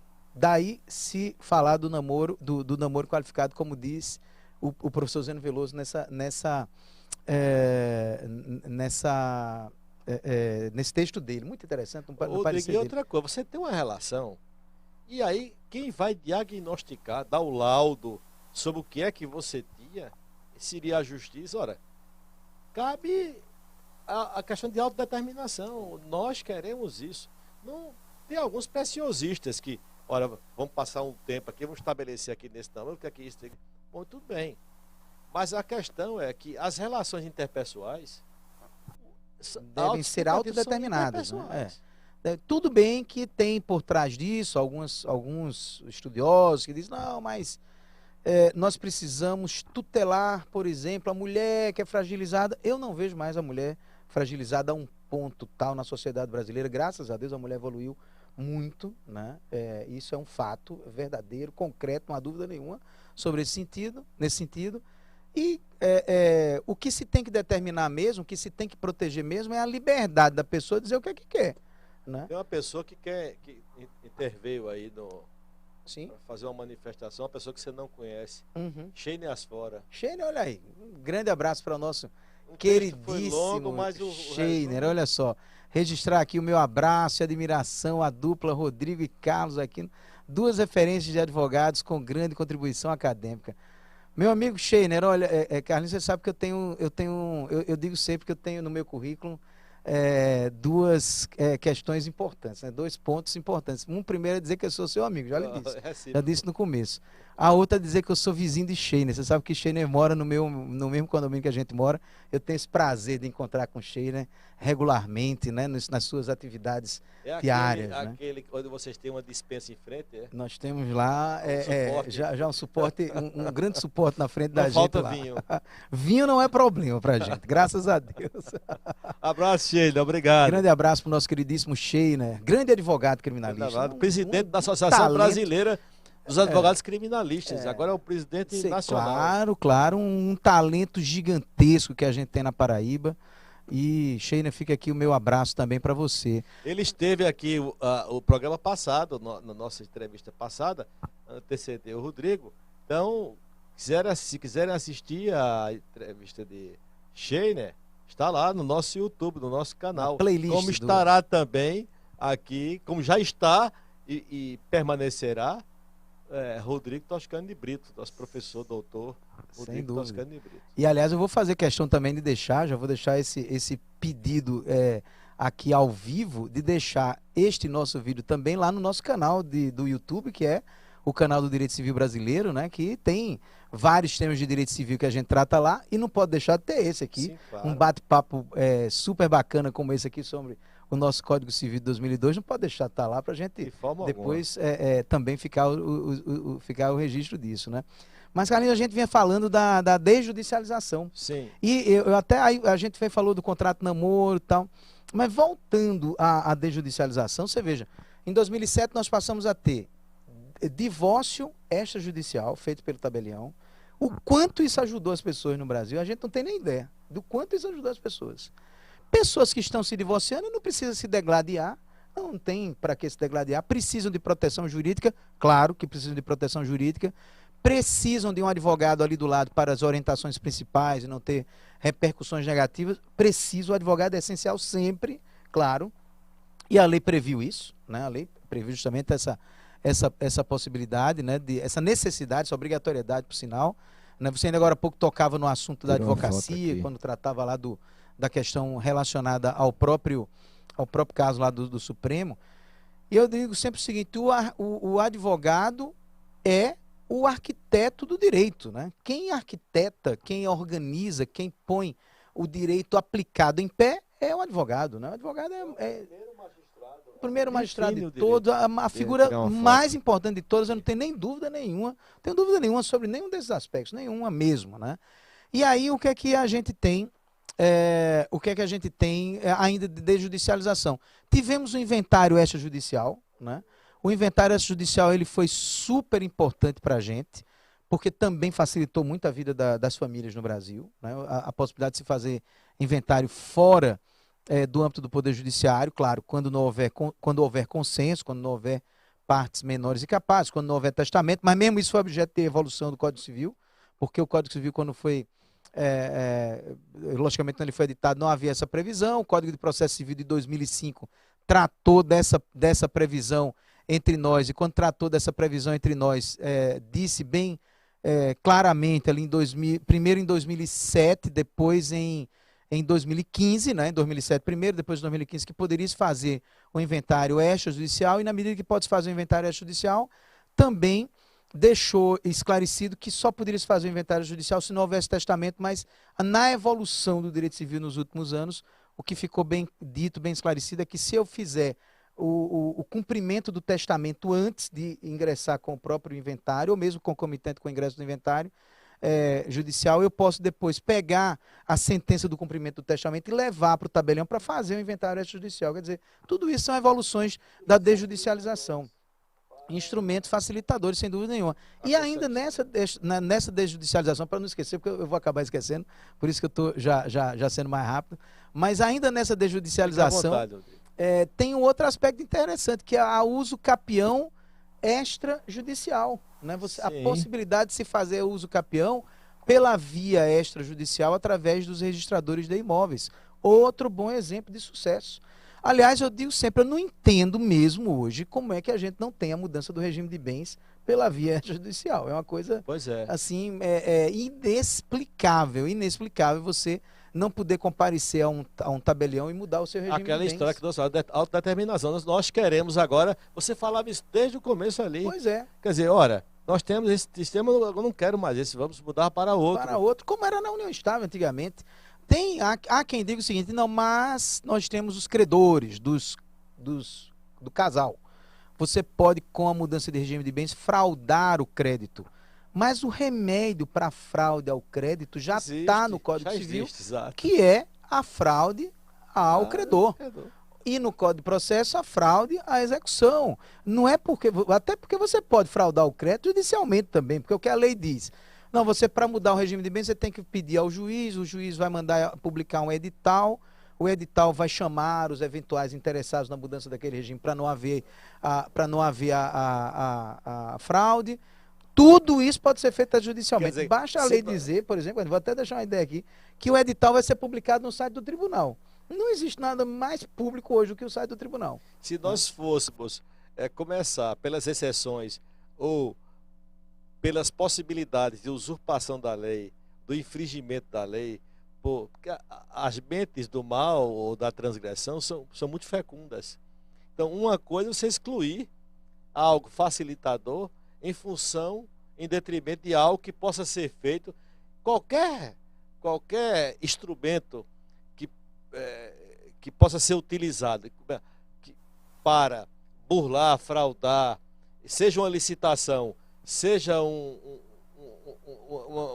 execução. Que a gente espera que seja exceção sempre. Exceção sempre. Tem que ser alcançado pelos institutos próprios para isso. Né? Para cada caso, o seu remédio adequado. E não você parte para um princípio mais generalizado. Todos vão fraudar? Não. Tem muita gente que muda o regime porque precisa mudar por uma série de circunstâncias. Até para, às vezes, prestigiar a família. Nós tínhamos esse aqui. Mas agora eu acho que nós já adquirimos a confiança, a maturidade, o conhecimento, a cumplicidade, a confiança, a certeza. Um dos aspectos é o planejamento sucessório. O regime de bens tem hoje uma influência direta na sucessão brasileira. Direta, né? Não que você diga que é uma questão de direito das sucessões. Não é uma questão de direito das sucessões, tudo bem. Mas tem uma repercussão direta. Por quê? Na medida em que você tem o artigo 1829 do Código Civil, que você diz que o cônjuge concorre com o descendente na herança do morto, né? Então você tem lá, morreu uma pessoa, era casada? Era. Primeira pergunta, é casado. Qual é o regime? Comunhão parcial. Então, se é comunhão parcial, eu preciso saber se tem bens comprados antes e depois do casamento. Segunda pergunta, tem bens comprados? Tem. Antes ou depois do casamento? Tem tanto antes quanto depois. Ok. Tem filhos? Tem. Então, se tem filhos, os filhos são os primeiros a serem chamados na sucessão. É a primeira classe de herdeiros que é chamada ali, é a classe dos descendentes. Né? Então, chama os descendentes que concorrem com o sobrevivente, se estiver casado no regime de comunhão parcial. Então, o regime de comunhão parcial influencia. Mas aí eu quero mudar para o planejamento sucessório. Por exemplo, eu quero dizer agora que o cônjuge não concorre. Por exemplo, o cônjuge não concorre com os descendentes se o casamento for realizado no regime de separação. Então eu quero mudar ao longo da minha vida a minha sucessão. Por que eu não posso? É um planejamento que eu estou fazendo com minha esposa, com meus filhos. Né? E outra coisa, eu digo, uma cultura. Isso é uma questão que, como nós aqui já tratamos tanto, nós vamos mudando uma cultura, uma filosofia de vida, valores que podem ser modificados a partir de nós, pensadores do mundo jurídico. Por exemplo, só se procura o advogado, faleceu, vamos abrir o inventário. Por que? E só se associa planejamento familiar? Não, isso é coisa para quem tem uma fortuna. Não, isso vale para um copo com um copo de qualquer coisa. Você prestigia quem está aqui. Nós somos todos importantes. Você faz como você planeja comprar uma casa, como você planeja a sua vida econômica no seu dia a dia, na sua subsistência, você planeja a sua sucessão. Você deixa protegido o seu arco, seu núcleo familiar, do que lhe envolve. E isso você procura um advogado para essa orientação, para esse planejamento, para montar, como você procura um arquiteto para montar o seu ambiente, onde você vai viver, você tem que se planejar para que a vida siga menos traumática, além do seu desaparecimento ou de algum ente, mas para que o seu cônjuge, você manter o mínimo necessário, organizada a sua estruturação familiar, para que, independente de qualquer acontecimento, por algum fenômeno, ou até prematuramente acontecer alguma coisa, mas você já tem aquela coisa organizada juridicamente. Pois é. Isso tem muito a ver, cara, você está tocando num ponto realmente interessante com a cultura latina. Né? O latino, ele tem medo da morte. Né? Nós não tratamos do assunto morte com muita tranquilidade. Né? A gente trata com racionalidade. Com uma certa, um certo repulso. Né? Uma certa repulsa, na verdade. Então, não é um assunto tão fácil de ser tratado. Né? Talvez porque o latino é um apaixonado pela vida. Você me lembrou que quando eu comprei meu túmulo, você tá louco? Você comprou um terreno? Espera aí. Pois é. Aliás, você sabe que, aproveitando o gancho, né, você sabe que os cemitérios privados, eles são classificados dentro do sistema jurídico brasileiro como loteamento. Sim. Né? São classificados como loteamentos. Juridicamente é um loteamento. Eu trabalho para um empreendedor que faz cemitérios. Né? Ele desenvolve cemitérios pelo interior do Brasil. E E é muito interessante que às vezes ele chega para conversar com ele, dentro daquela, na medida do possível, a gente ainda vai tratar desse assunto. Como é que estão as coisas? Esse movimento anda meio lento, né? É fácil você viver, desse tipo de movimento. Já que você tá eu não quero desse assunto. Eu participei do São João em Campina Grande, viu que tinha uns amigos que estavam patrocinando, e em meio à festa, tem lá o patrocínio. Morada eterna. Não demore. Vem aqui, garantir a sua. Logo. Pois é, mas voltando à história, como a gente tem uma certa repulsa para tratar desse assunto, diferentemente dos povos que já desenvolveram muito mais, a gente nota, por exemplo, que os orientais têm outra consideração, outra filosofia em torno desse assunto, os nórdicos, né, também, né, você veja que a gente pega para ver, às vezes, estudos sobre testamentos, é interessantíssimo isso.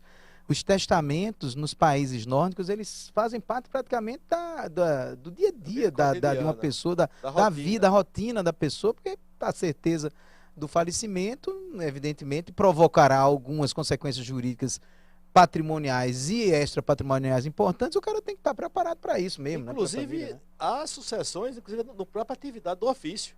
Pois é. Ele é o provedor e já prepara, até atos preparatórios. Deixa pronto algo nesse sentido. Né? É verdade. E nessa questão você acaba tendo digamos assim, uma certa trava, uma trava cultural, vamos chamar assim, né? De se planejar a sucessão. E hoje, Carlinhos, o Brasil e o nosso sistema jurídico tem uma infinidade de possibilidades para a gente usar para fazer planejamento sucessório. Vou dizer alguns aqui que eu vou lembrar assim de supetão.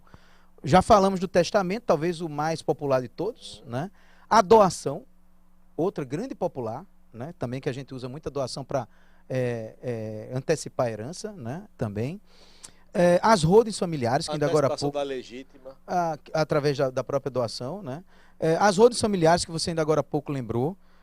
O regime de bens no casamento, alterações de regime de bens no casamento, os contratos de seguro, né? Os americanos são fascinados pelo contrato de seguro. Isso. Eu morri, não quero deixar patrimônio nenhum, quero deixar uma apólice de seguro para o meu filho para dizer assim, ó, você vai ter direito a R$1 milhão, vou pagar ali uma apólice bem mais barata do que evidentemente R$1 milhão, morri, não tem casa, não tem terreno, não tem fazenda, tem uma apólice de R$1 milhão, está aqui um dinheiro e você agora faz o que você quiser.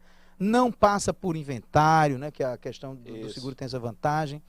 Você tem ainda à sua disposição os fundos de investimento, regras específicas sobre fundos de investimento. Eles vivem daquele seguro, às vezes já renova o seguro, tira mais um pedaço, vão dar uma volta, vão dar um passeio. Claro.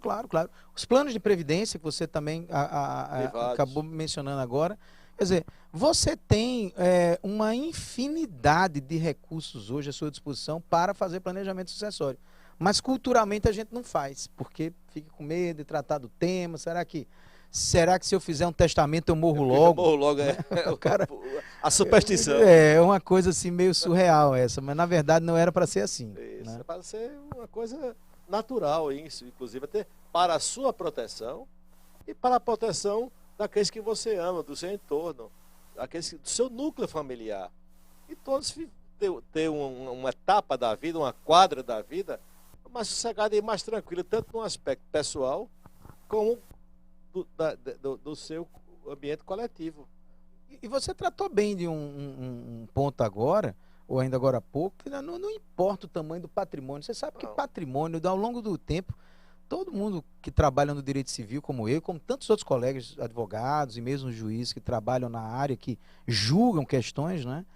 A gente aprende naturalmente, ninguém nem ensina a gente, isso é uma percepção da vida, digamos assim, que o patrimônio, não existe patrimônio grande nem pequeno, porque todos nós temos o patrimônio que coube no nosso, que nós podemos desenvolver realizar ao longo de uma vida de 30, 40, 50 anos de trabalho, e aquele patrimônio é grande. Ele é grande de todo jeito. Ele não é grande comparativamente com outro patrimônio, mas para você ele é grande.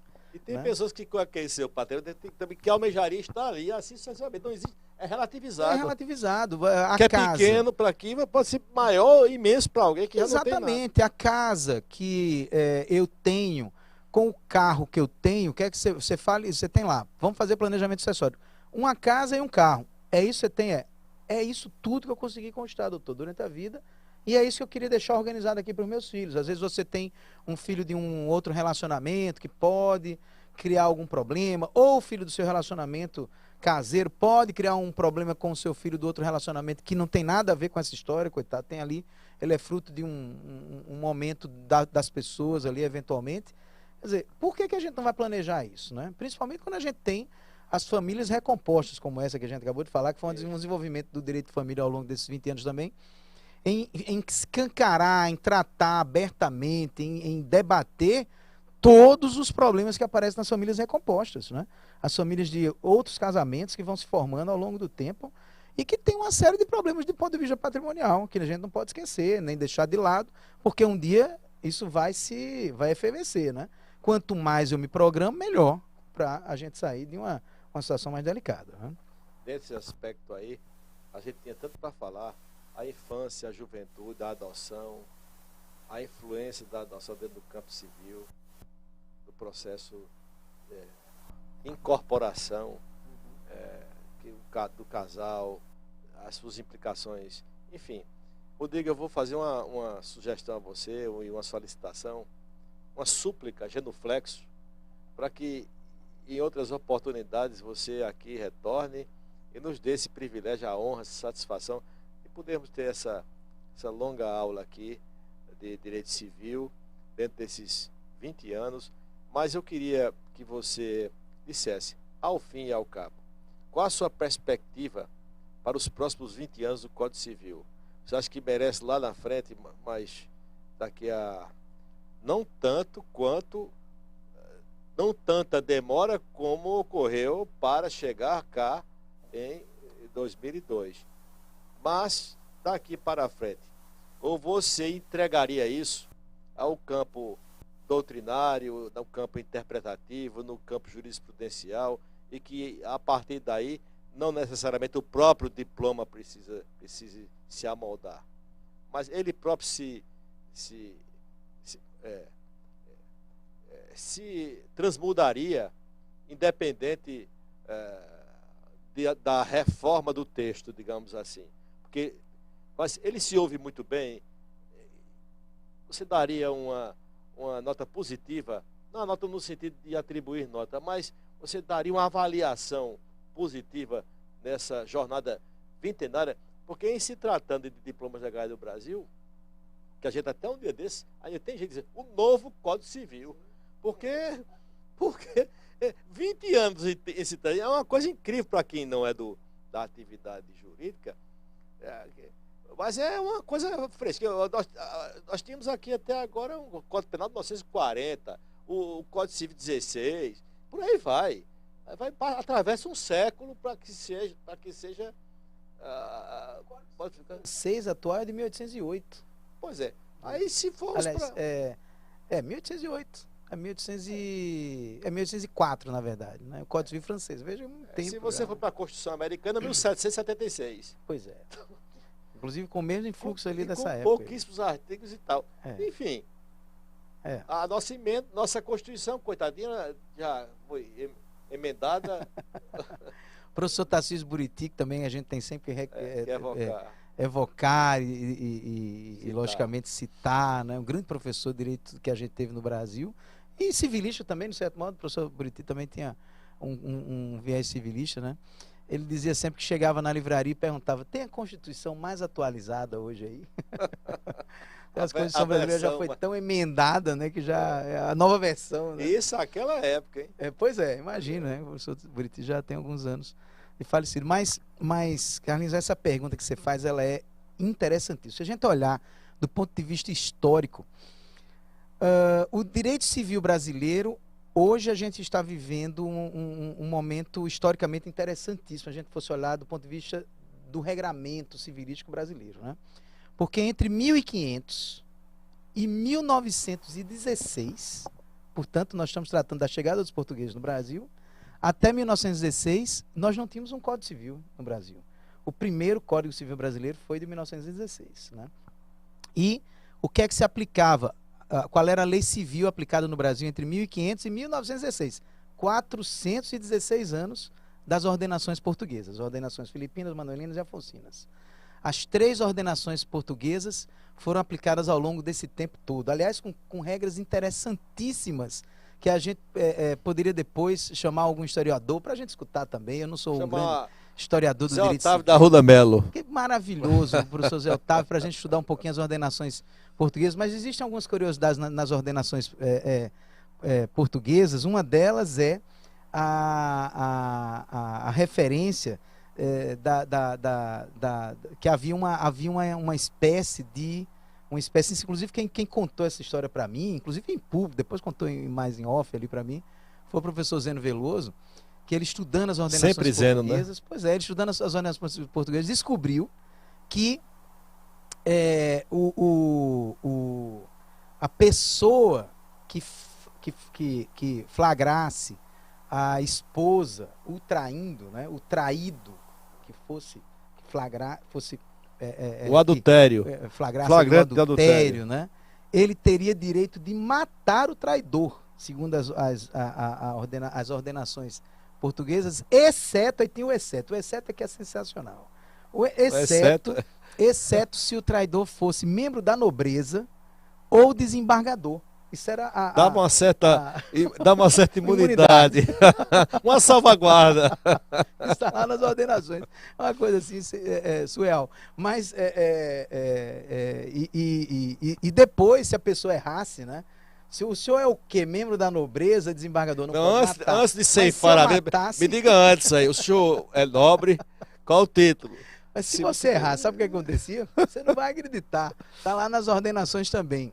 A penalidade era ser deportado para o Brasil. É uma coisa surreal. Né? Ou seja, você...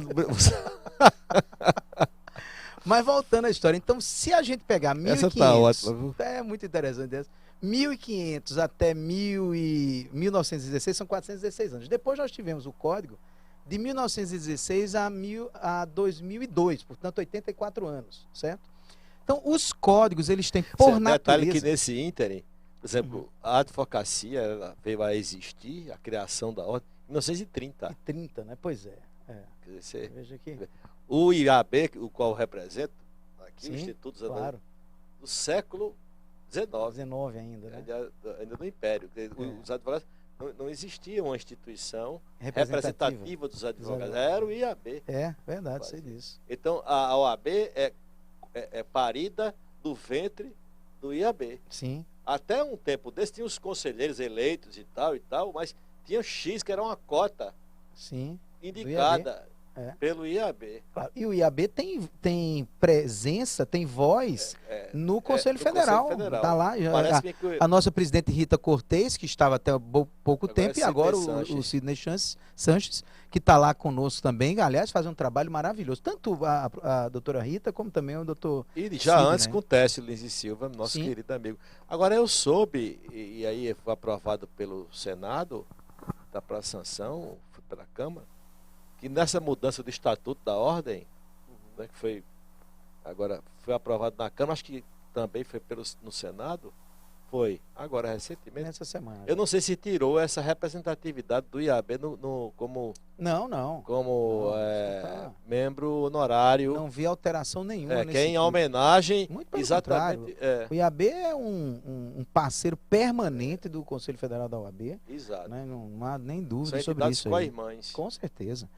E, então, voltando àquela análise histórica, a gente tem 1500 a 1916, 416 anos. 1916 a 2002, mais 84. Agora que nós vamos com 20 desse Código atual.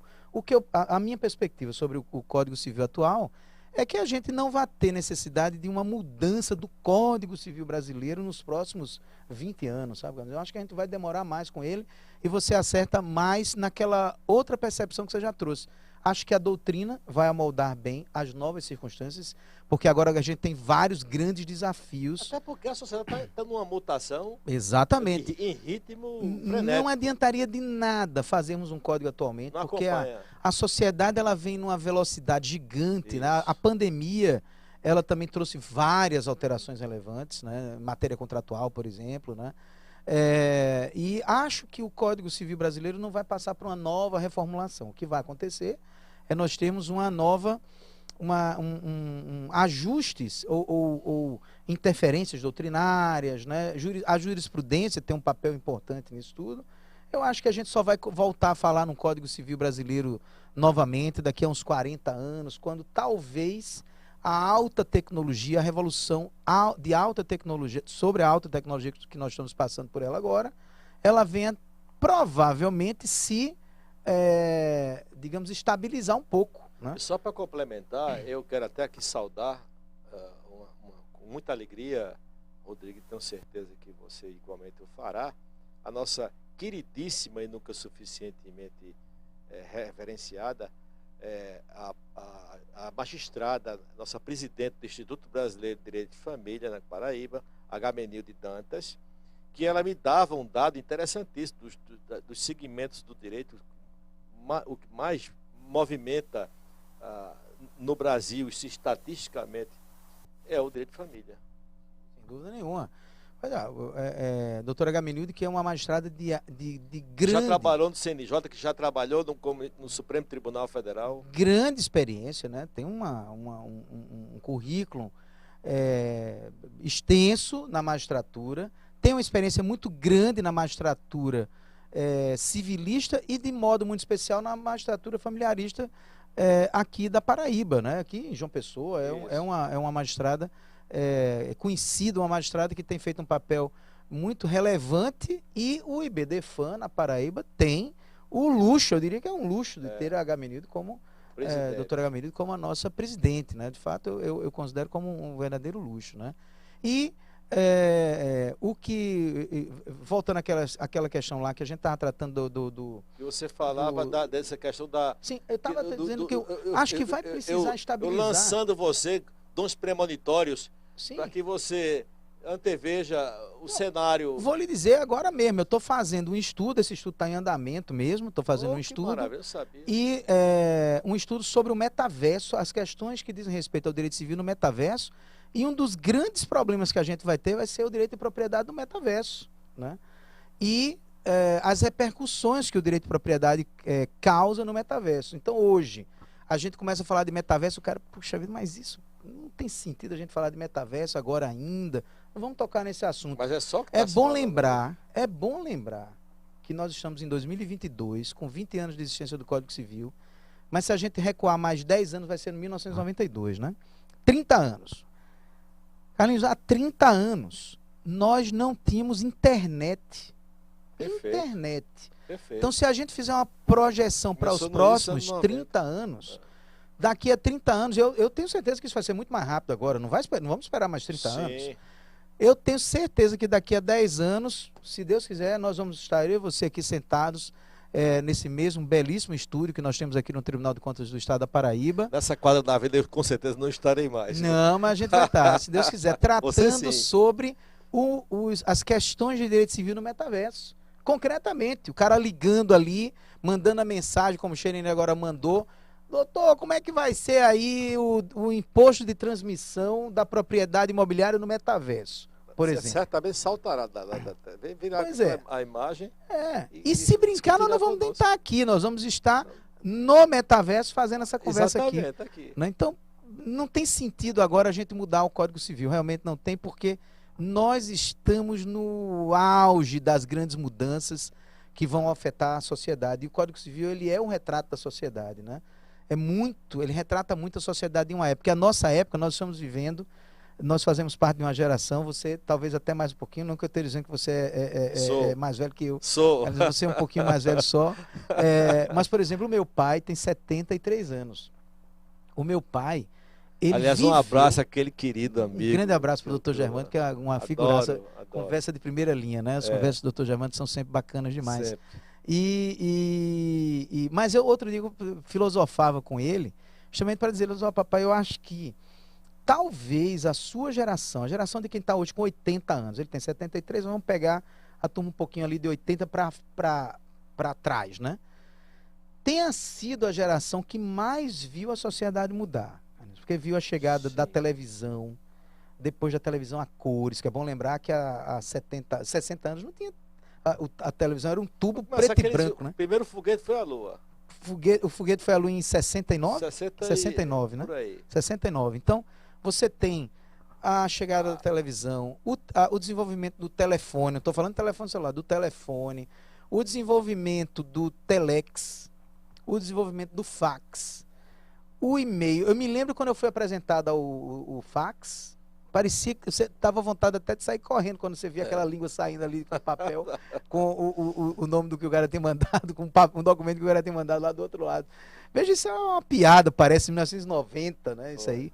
Talvez a geração que mais tenha passado mudanças tenha sido a deles, quem está com 80, mas eu não duvido que nós ainda vamos presenciar coisas assim que a gente não vai imaginar. Como, por exemplo, acontece hoje com as nossas videoconferências nos nossos telefones celulares. Se eu pegar o meu telefone celular, você pega o seu. Amanhã eu vou estar lá em Brasília, na Jornada de Direito Civil, que vai começar na quinta-feira, né? Nós vamos amanhã lá acompanhar a Jornada de Direito Civil, que tem importância muito grande no direito civil brasileiro, onde a gente constrói os enunciados, né? Graças à ideia do ministro Rui Rosado de Aguiar, que infelizmente faleceu, mas deixou esse legado importantíssimo para o direito civil no Brasil. Mas eu posso estar lá em Brasília amanhã, ligar para você ao vivo e a cores, ou até conectar todos os nossos seguidores nas redes sociais, ao vivo e a cores, para o mundo inteiro ver a palestra de abertura que vai ser proferida pela professora Judite Martins Costa. Quer dizer, você tem uma nova conotação, que eu acho que o Código Civil não pode agora ser alterado, parar, a gente gastar um tempo legislativo para alterar. Quem vai fazer o amoldamento, o Código Civil é a doutrina e a jurisprudência. E o próprio professor Miguel Reale, quando ele falou de eticidade e operabilidade dentro do Código Civil e concretude, que são as três bases principais do Código Civil de 2002, né? Eticidade, concretude eticidade, concretude e operabilidade. Ele botou o código em cima desses três pilares para dizer o seguinte: eu não vou fazer um código aqui fechado, eu vou fazer um código com cláusulas abertas. Um código que tem que transcender o tempo, que tem que se amoldar ao tempo que ele vai viver daqui para frente. E é por isso que eu acho que a gente vai ter um código talvez o mais duradouro do que o anterior. A gente agora que vai na saída da adolescência dele aos seus 20 anos, né? Agora a gente vai entrar na idade adulta. Ele é adolescente. Nós já tratamos aqui de uma série de transformações, de mutações. Nesse processo evolutivo, ele que estava engatinhando, hoje ele já está pulando a larga. Usando a expressão um bom nordestês e um paraibanês, esse menino é um danado. Esse menino é um danado, né? Já disse a que veio. Então, beleza. É uma trajetória do código que eu vejo com muito otimismo. Eu faço minhas palavras de Ariano Suassuna, que diria que os pessimistas são os chatos, os otimistas são os bobos. Eu prefiro ser um realista esperançoso. Exatamente. Então, que mantemos realisticamente a esperança, que é um traço do nosso perfil, da nossa personalidade, que corre no aço das vezes de todo advogado. Você citou um dos seus inúmeros exemplos na sua militância advocatícia, que você perseverou, renovou a esperança, insistiu e transformou-se numa jurisprudência de repercussão geral lá no Supremo Tribunal Federal, algo que poderia simplesmente ter desistido ao longo de uma longa jornada, né? Processual. Longa jornada. Começou em 2007 e terminou em 2015. Mas você impregnado com a superlatividade de Campina Grande. Sim, né? como com sempre. o berço, o nascedouro. Como eu adoro, né? Aliás, nós adoramos. Aliás, claro, eu sou cidadão campinense, porque eu tenho um título de cidadão campinense otorgado. Eu adoro Campina Grande. E tem mais, eu estou numa ansiedade enorme para ir em alguma festa junina em Campina Grande agora em junho. Eu não vou me conformar se eu não for. Inclusive, semana passada nós tivemos a chance de encontrar o prefeito Bruno, né? Aqui junto, você estava com a gente também aqui no próprio tribunal, né? E o prefeito Bruno deixou bem claro, olha, não dispenso a presença de nenhum que está aqui hoje no São João de Campina Grande, que já é grande por natureza, e dessa vez, depois de um longo período pandêmico, eu tenho certeza que a gente vai extravasar toda a nossa nordestinidade e unidade, né?